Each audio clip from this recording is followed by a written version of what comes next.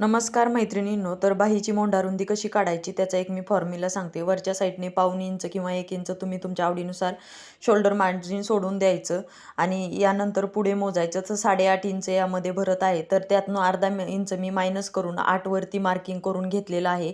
बाहीची लांबी 6 इंच आहे, त्यामध्ये अर्धा इंच शिलाई मार्जिन ॲड केलं आणि अशा पद्धतीने 6.5 वरती मार्किंग करून हे दोन्ही साईडने मी मार्किंग केलेलं आहे.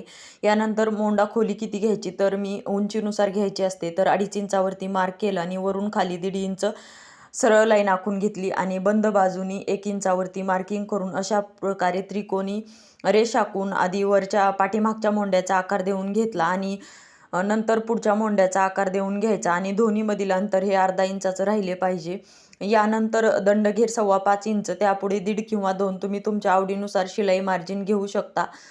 तर हे बघा, मी 1.5 इंच पुढे शिलाई मार्जिन घेतलेलं आहे आणि व्यवस्थित अशी मार्किंग करून पेपर कटिंग करून घेत आहे, बघू शकता. यानंतर बंद बाजूनी सुद्धा अशा पद्धतीने कटिंग करून घेतली व्यवस्थित. यानंतर पुढच्या मोंढ्याची कटिंग करून घ्यायची. तर बघू शकता, जसा आकार आहे तशा पद्धतीने कटिंग करून घ्या आणि सेंटरसुद्धा मी काढून घेतलेलं आहे.